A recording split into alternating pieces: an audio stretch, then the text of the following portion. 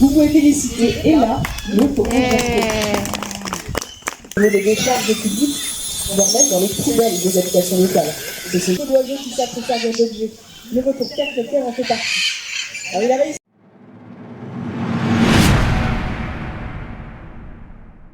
Oke, kita berada di taman burung.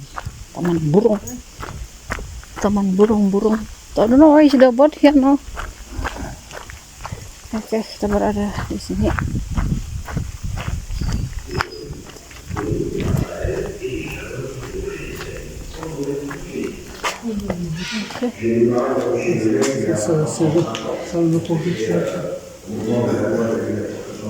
Suka ça?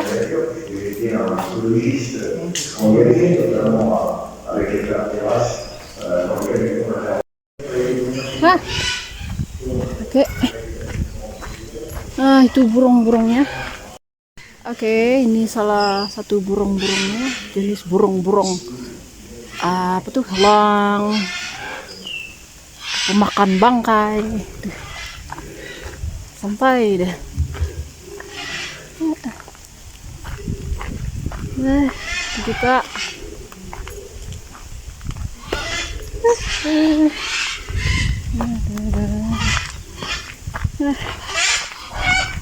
hidup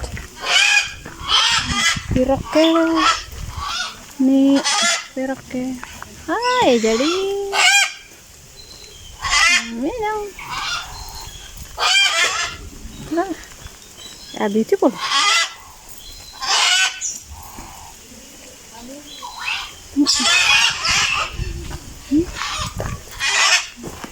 Beautiful. Hello. Huh? You got to make it easy something. I just say. You make it good. Always they want to do it now. Just for a while, later we continue. Hello.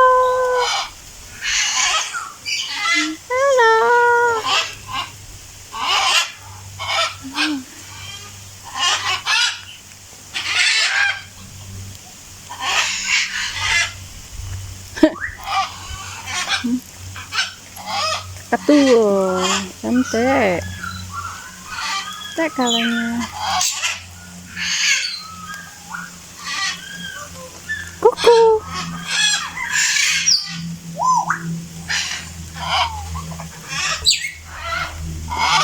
Kuku. Akakush. Kuku. Kuku. Redu gabung. Kiwit. Redu gabung sendiri pikun.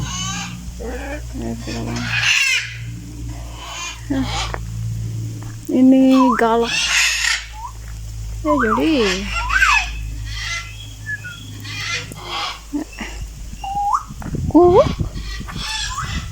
Jadi. Amin.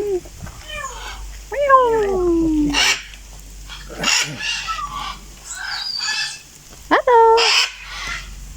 Kuku. Kuku.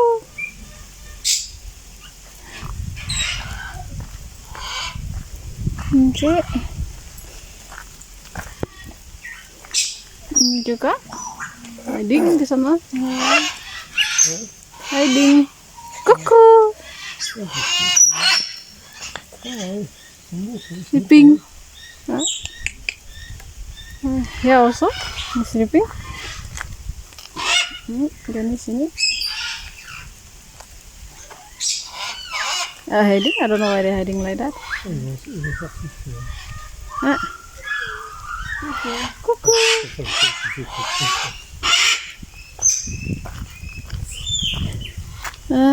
Deh, nah juga. Kuku. Kuku.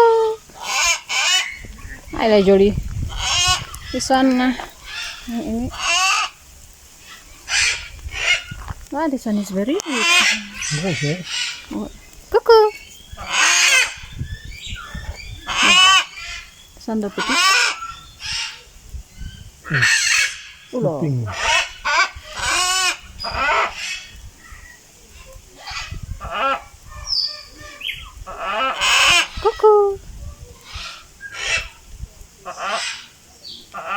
Ok. Hein?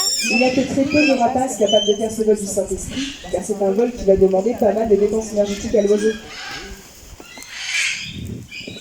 Le mot faucon lui vient de la forme de ses ailes, en forme de faucille. Quant au mot cresserelle, et bien lui, il a une cri qu'effectue cet oiseau que vous pouvez entendre. Hein. Le cri du faucon cresserelle qui ressemble au bruit de cet instrument de musique, la crécelle, utilisé par les lettreux durant le Moyen-Âge pour annoncer notamment la venue dans un village.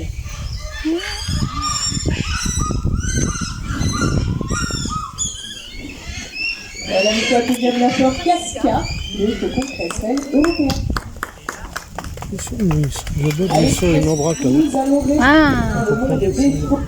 On va accueillir un autre un peu plus grand cette fois-ci, qui est à l'origine de la fauconnerie, car traditionnelle utilisée lors de la chasse au vol, c'est-à-dire la chasse avec un rapace. Vous allez voir, il va arriver de l'autre côté de la tourelle. Vas-y au centre de l'esplanade, on va faire tourner la douche. Amenez une nouvelle douche et du shampoing, s'il vous plaît, ça ira mieux comme ça. C'est ce qu'on appelle les aléas du direct. Hein. On est bien sous les parapluies. Ah, voici le faucon gerfaut. Wow. C'est dans cette famille des faucons que l'on va retrouver l'animal le plus rapide du monde, le faucon pèlerin, qui a été chronométré à presque 380 km/h en plein piqué sur une proie. Alors vous avez vu déjà quelques attaques au turbuleur, une nouvelle attaque. Lorsque le faucon aura dépensé son quota d'énergie, regardez, Basile va lancer le verre en l'air. Lui parti décolle du sol, c'est ce que l'on appelle servir l'oiseau. Vous pouvez féliciter, et là, le faucon gerfaut. Allez, pour la suite, place à des rapaces bien plus communs en France, les couleurs noires. On va le retrouver chez nous durant sa période de reproduction entre les mois de mars et juillet. Le reste du temps, ils iront passer la mauvaise saison en Afrique. Ce sont des oiseaux migrateurs. Le milan noir a un régime alimentaire assez diversifié. Il se nourrira de déchets, d'animaux morts, de poissons, également flottant à la surface de l'eau. Mais ce que préfère le milan noir, eh bien, ce sont les insectes. Insectes qu'ils vont attraper directement en plein vol. C'est d'ailleurs pour cette raison que du milieu de l'esplanade, les animaliers leur envoient des petits morceaux de viande. Ces morceaux de viande représentent aujourd'hui des vols de libellules, cétoines, coléoptères et autres papillons. Et voyez avec quelle agilité les milans noirs se saisissent de ces morceaux de viande. L'oiseau va passer au-dessus de l'insecte, il va tenter la capture avec les pattes. Par la suite, le bec passera entre les pattes pour pouvoir se nourrir directement en plein vol. Voici la technique de chasse des milans noirs. Au passage, profitez-en pour jeter un coup d'œil aux jets. Je vous le rappelle, ce sont ces lanières de cuir qu'ils ont de part. Vous voyez que les jets ne gênent absolument en rien leurs acrobaties aériennes. C'est d'ailleurs de par leur magnifique technique de chasse que ces oiseaux sont surnommés les acrobates du ciel. On a souvent tendance à confondre le milan noir avec une autre espèce de rapace, là encore très connue en France, la bise variable. Petite technique quand même pour différencier ces deux espèces très proches, morphologiquement parlant. On va se fier au balai de l'oiseau. Le balai, c'est sa queue. Si vous regardez le balai des milans noirs, vous constaterez qu'il se termine par une forme de W, tandis que le balai de la bise variable, lui, aura une forme totalement arrondie. Et donc, afin que vous puissiez mieux faire cette distinction, une bise a été libérée parmi l'ensemble des milans. Alors regardez attentivement et essayez de vous montrer la bise variable. Est-ce que vous arrivez à la voir? Une proposition? Là, alors il y a deux oiseaux collés, je te laisse. Le premier, oui, tout à fait. La bise variable, regardez, c'est l'oiseau qui est le plus proche de nous, là, sur le perchoir en bas.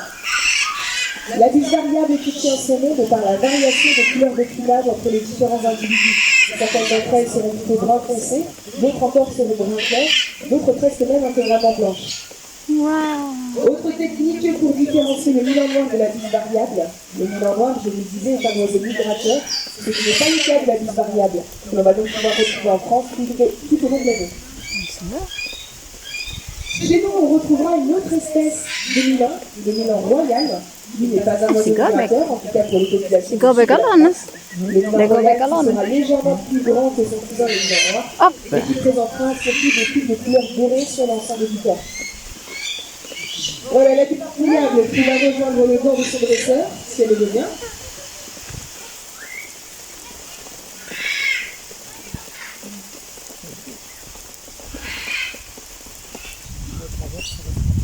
Je crois que notre famille n'a pas vraiment bougé aujourd'hui.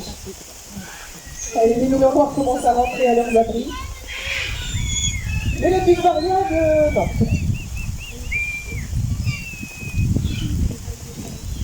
Ah, I don't want to go there. Elle semble vraiment bien cette répertoire. I don't want to go. Allez, pour la suite, on va pouvoir vous présenter des rapaces qui ne chassent pas et qui ne tuent pas. À votre avis, de quel rapace s'agit-il? Les vautours, tout à fait. On va commencer en douceur avec les deux petites envergures de vautours. On aura tout le temps de la démonstration de vol pour vous montrer de grandes envergures d'oiseaux. Ils vont arriver juste derrière vous dans quelques instants. Voilà pour la buse variable qui a eu besoin. Allez, c'est reparti pour aller la chercher sur la tourelle. Allez, les petits vautours qui vous rejoignent. Ce sont les vautours néopromoines, également appelés vautours à capuchon, une espèce présente sur le continent africain. Le vautour néopromoine a une petite particularité, c'est celle de changer de couleur au niveau de la tête en fonction de son humeur. Lorsque l'oiseau sera au repos, ou même lorsqu'il va se sentir apeuré, la tête prendra plutôt une couleur blanche. Et au contraire, plus l'oiseau sera excité, plus il sera énervé, et plus la tête prendra une couleur rouge. Rouge violacé, même si l'oiseau est vraiment bien en colère.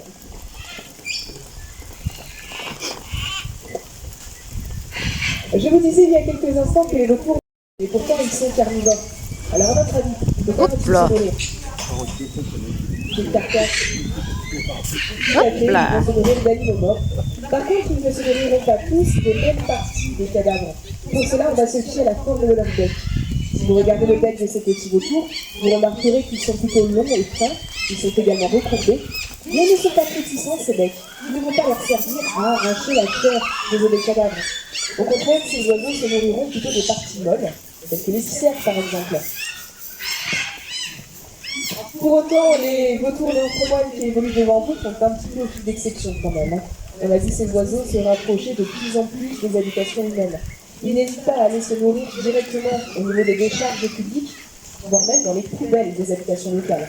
Ce sont des oiseaux qui sont devenus extrêmement opportunistes, un peu comme l'étaient les loups noirs, qu'on a pu voir il y a quelques instants. Autre espèce de petit vautour a évolué sur l'esplanade. Juste ici, regardez, de se poser, il y en a un qui est noir avec du blanc sur la pointe des ailes. C'est le vautour urubu, un très proche du condor des Andes, que l'on va retrouver en Amérique du Sud. Ah, ça peut passer près des fois.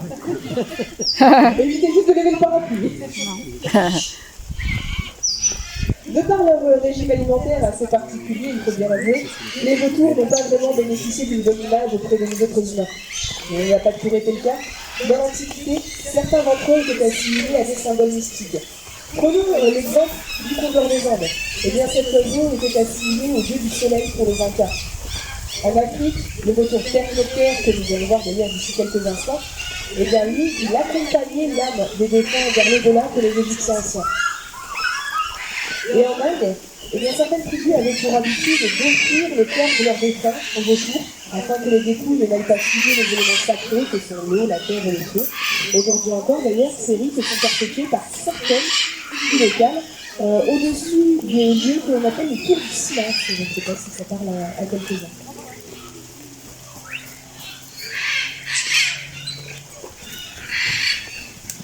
How to go back?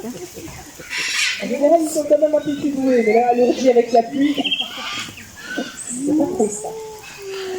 Allez, comme je vous le disais, on va faire la connaissance du vautour ternoptère. Pour cela, je vais aller chercher plat favori. Le vautour ternoptère, lui aussi un oiseau que l'on retrouvera en France pour sa période de reproduction. Lorsqu'il sera présent chez nous, il se nourrira principalement de parasites présents sur le bétail, ou encore même de crottes de moutons. Bon, après tout, pourquoi pas, tous les goûts sont dans la nature. Mais lorsque cet oiseau sera présent en Afrique, c'est de ceci, mon petit délecté. Qu'est-ce que c'est? Un œuf? De quel animal? L'autruche, tout à fait. Comme vous le savez peut-être, la coquille de l'œuf d'autruche est plutôt dure à casser. Vous allez voir la technique naturelle du percnoptère, c'est l'œuf le plus résistant du règne animal. Donc les âmes sensibles se rassurent. C'est bien évidemment un fourreur d'autruche coupé en plâtre avec des morceaux de poulet glissés à l'intérieur en guise de récompense.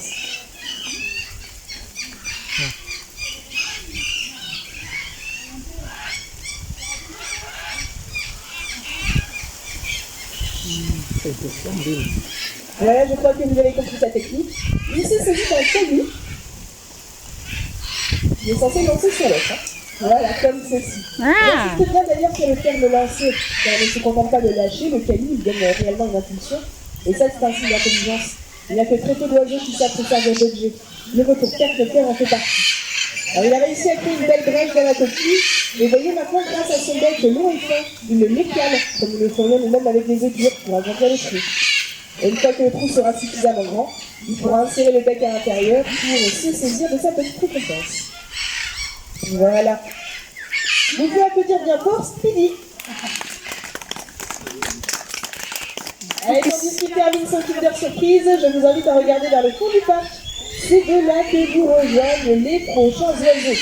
Alors, voyez cette fois-ci que les envergures sont totalement différentes. Il s'agit de grands vautours. Attention au retour de Speedy. Et là, c'est donc, comme je vous le disais maintenant, au grand retour.